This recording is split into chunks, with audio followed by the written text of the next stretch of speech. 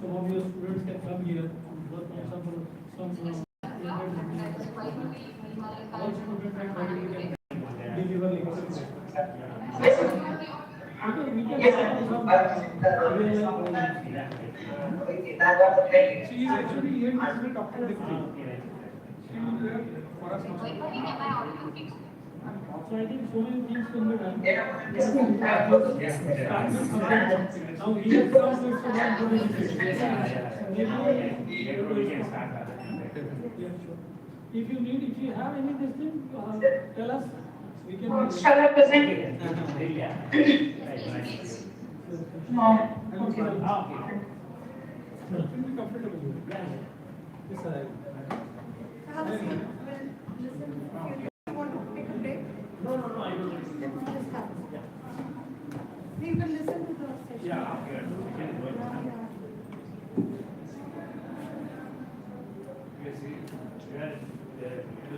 Yes, you can start. ENTC, electronics and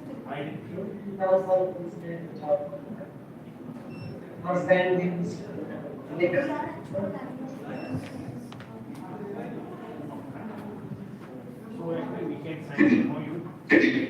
Hello. you can start. Yes, because our students are much interested.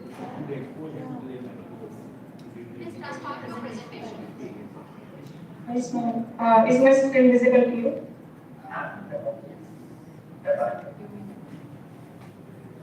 Hello. Hello, ma'am. Am I audible?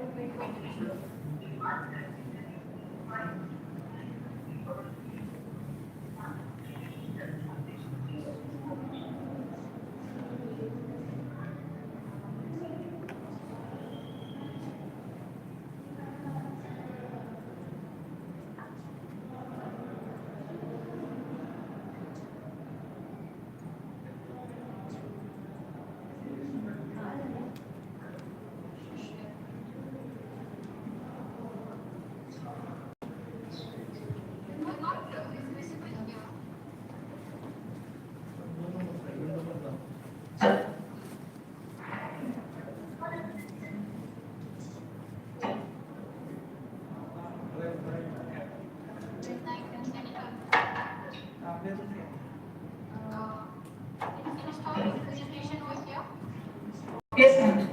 Okay.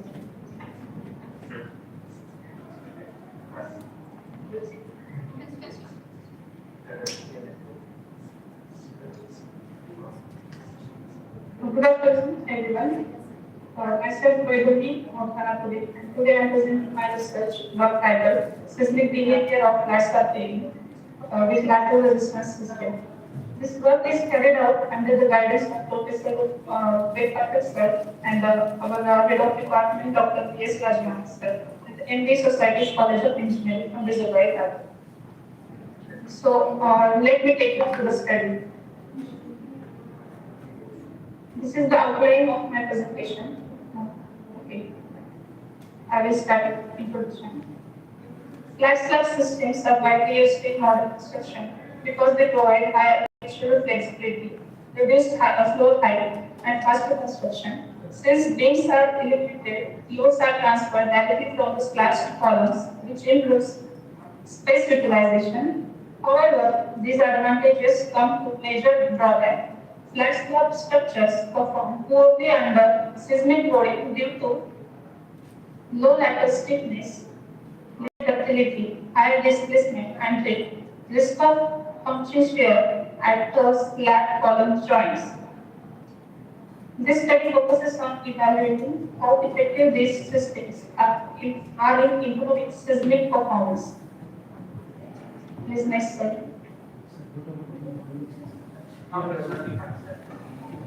Everything is fine. So, next slide. So, in the literature, several researchers have studied seismic performance of flat slab structures. Most studies indicate that flat slab with lateral systems are highly vulnerable during the earthquakes. Shear walls can significantly improve strength and stiffness. Pushover analysis is an effective tool for performance test evaluation. However, there is still need for competitive evaluation using consistent parameters which this study addresses. Next slide. So the main problem is that the class rapid lag base, which reduces the lateral stiffness and ductility. During the earthquakes, this leads to excessive lateral displacement, high infrastructure, sudden congestion, failure. Although lateral systems are used, their effectiveness needs to evaluate properly. So this study compares structures with and without lateral systems using pushover analysis. Vascular structures are widely used in modern construction due to their architectural flexibility, reduced flow height and faster construction. However, these systems interrelate with results in low lateral stiffness and reduced flexibility. So to overcome these limitations, lateral load systems such as shear wall bracings and perimeter plates are incorporated to improve the strength and stability.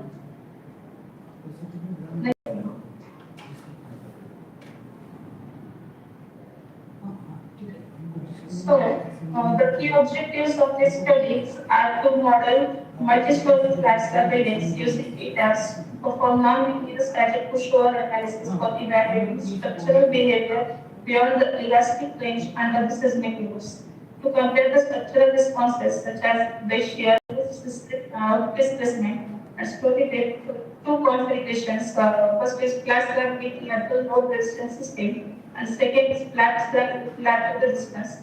For example, shear walls or perimeter beams. Next, to analyze to access and identify structural performance levels, immediate occupancy, life safety, and collapse prevention. To study plastic information and identify critical failure zones in the structure during seismic loading, and to evaluate the effectiveness of lateral load resisting systems in improving overall seismic performance and stability of flat slab buildings. Overall, the aim is to check how lateral systems improve seismic performance. So, the study follows the performance-based approach. First, 3D model of a reinforced concrete flat slab is created in tabs. Then the loads are applied as per the IS codes to configuration. Two configurations are analyzed. Plastic hinges are assigned based on the API guidelines. Pushover analysis is performed. Finally, the results such as displacement, drift, base shear, and capacity curves are obtained and compared.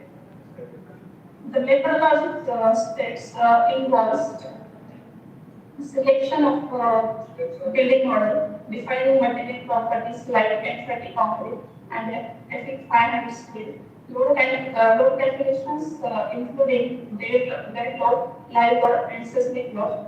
Modeling it has assigning hinges, performing pushover analysis, then expecting results. Then last step is evaluating performance level. This systematic approach ensures accurate comparison. This next slide. So the pushover analysis is a non-linear static method used to evaluate structural performance under the seismic load. In this method, lateral loads are applied incrementally and a capacity curve is generated between base shear and displacement. The weak zones and the failure mechanisms are identified. It also helps to determine performance levels such as immediate occupancy, life safety, and collapse prevention. Next slide.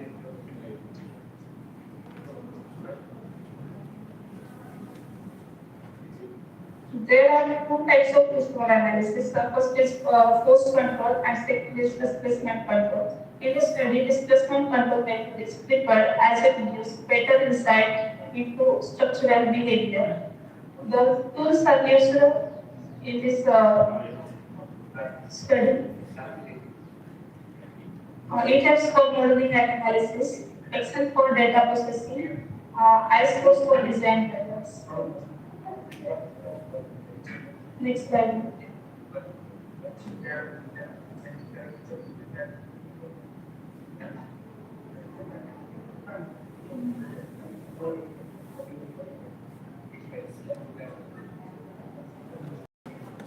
Last week, now coming to the labels, we have evaluated stored displacements in the x and y directions.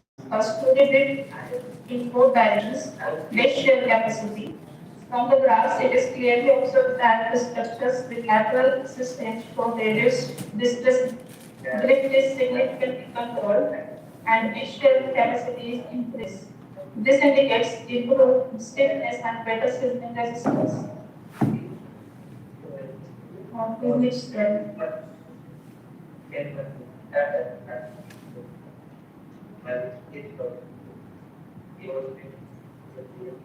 Oh, to the conclusion.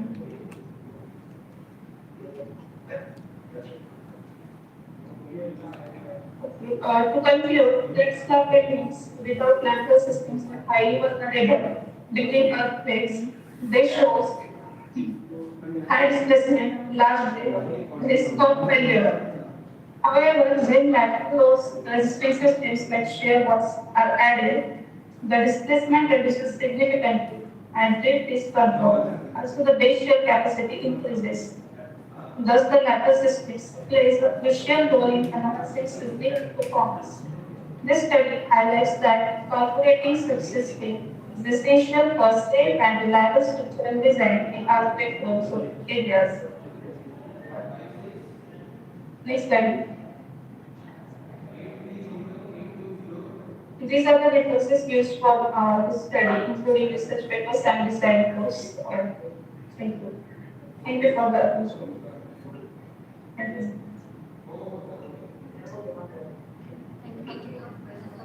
Thank you for your presentation.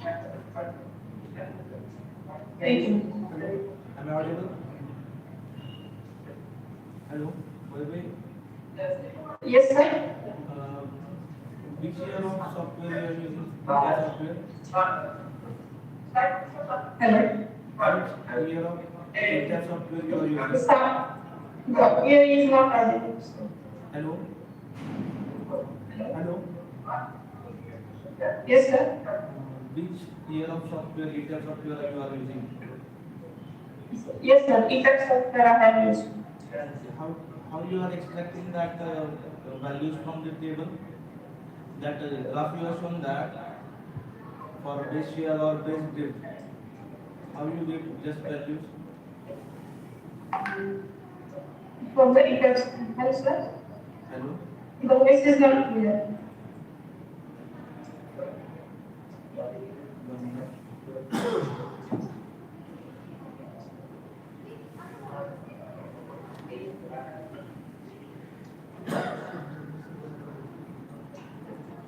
Hello?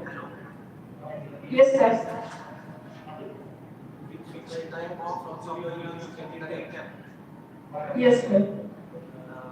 How you have calculated that values as a base year, base drift?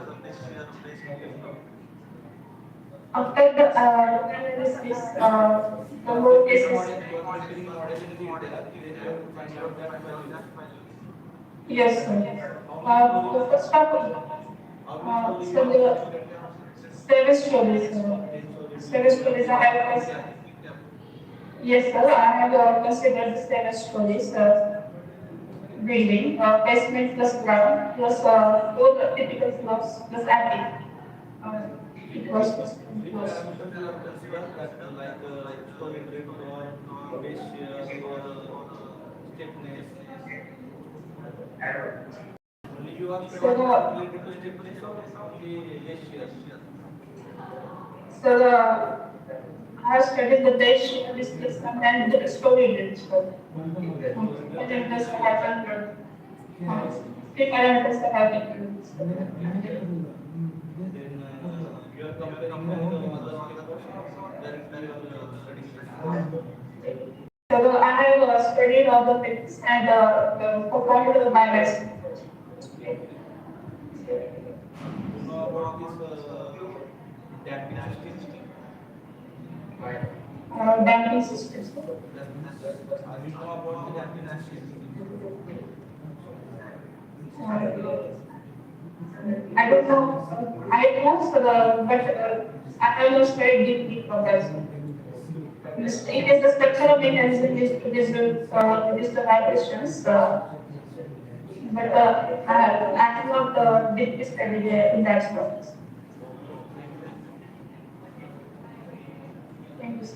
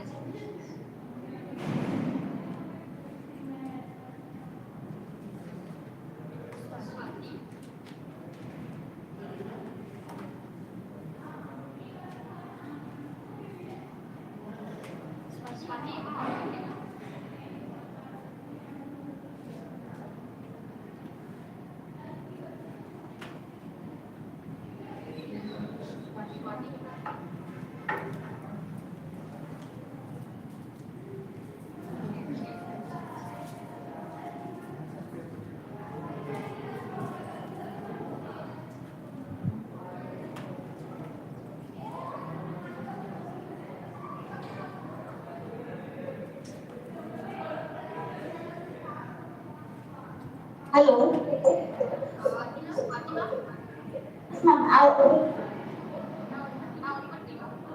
Yes, ma'am. Yes, ma'am. Yes, ma'am.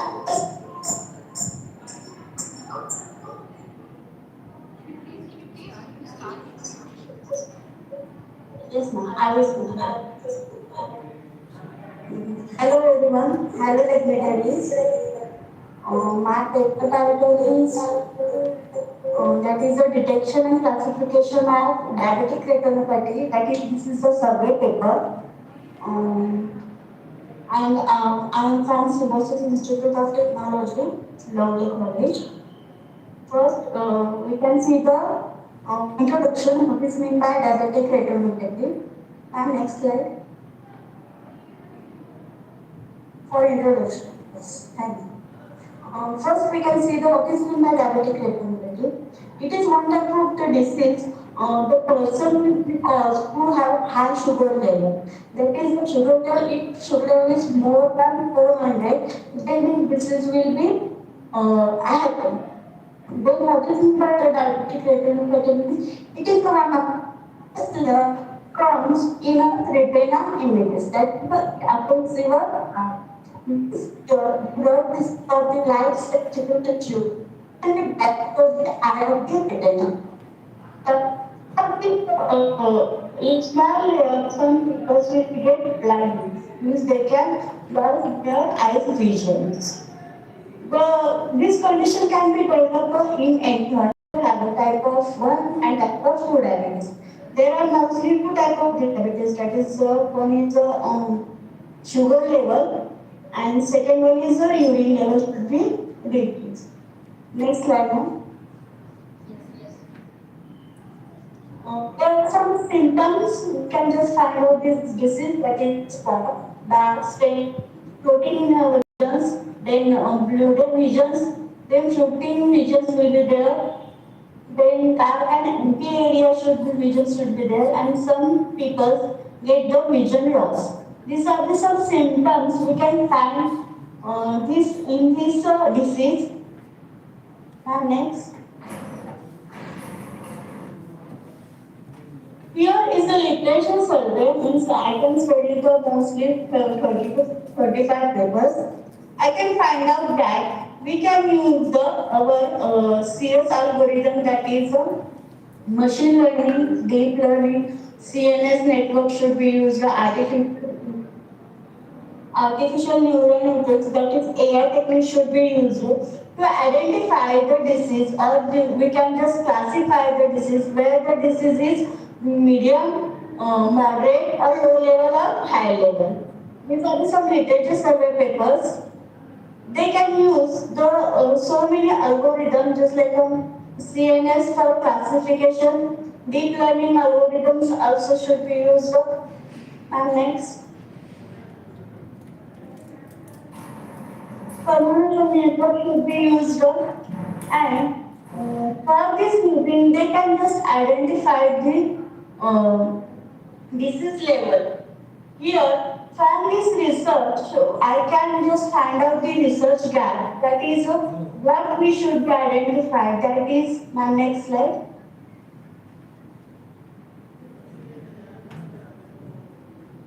Or research gap. Yes. Here, from this literature survey, I can find out that the data available is very less. So, here we can really need to collect the data from any particular hospitalized organization or from information.